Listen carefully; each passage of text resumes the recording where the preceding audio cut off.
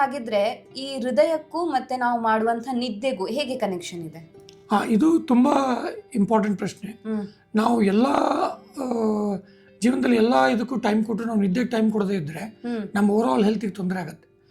ಈಗ ನಾವು ನೋಡ್ಬೋದು, ಕೆಲವೊಮ್ಮೆ ನಾವು ಯಾವುದೋ ಒಂದು ಕಾರಣಕ್ಕೆ ನಿದ್ದೆ ಸರಿಯಾಗಿರಲ್ಲ, ನೆಕ್ಸ್ಟ್ ಡೇ ನಮ್ಮದು ಮೂಡ್ ಲೆವೆಲ್ ಆಗಲಿ, ಆಮೇಲೆ ಇರಿಟಬಿಲಿಟಿ ಜಾಸ್ತಿ ಇರುತ್ತೆ, ನಾವು ಕಂಫರ್ಟೇಬಲ್ ಆಗಿರಲ್ಲ, ಯಾವುದೋ ಒಂದು ಸಣ್ಣ ವಿಷಯಕ್ಕೂ ಕೋಪ ಬರುತ್ತೆ.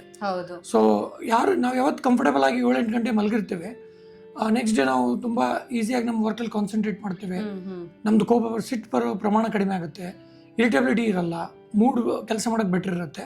ಸೊ ಎಲ್ಲ ನಮ್ದು ಎಷ್ಟೇ ಕಷ್ಟ ಇರಲಿ, ಎಷ್ಟೇ ನಮ್ಮದು ಬ್ಯುಸಿ ಶೆಡ್ಯೂಲ್ ಇರಲಿ, ನಾವು ಒಂದು 7-8 ಗಂಟೆ ನಿದ್ದೆ ಮಾಡೋದು ನಮ್ದು ಓವರ್ ಆಲ್ ಬ್ರೈನ್ ಇದಕ್ಕೆ ಹಾರ್ಟಿನ ಸಂಬಂಧಪಟ್ಟಂಥ ಕಾಯಿಲೆಗೆ ವೆರಿ ಇಂಪಾರ್ಟೆಂಟ್.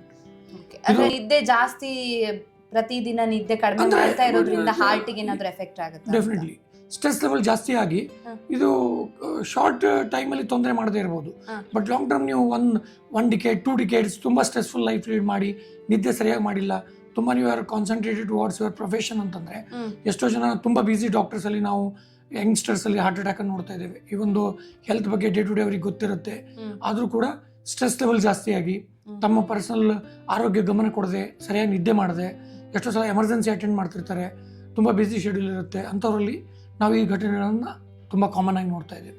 ಸೊ ಒಂದು 7-8 ಗಂಟೆ ಸರಿಯಾದ ನಿದ್ದೆ ನಮ್ಮೆಲ್ಲರಿಗೂ ತುಂಬ ಅತಿ ಅವಶ್ಯಕ. ಓಕೆ.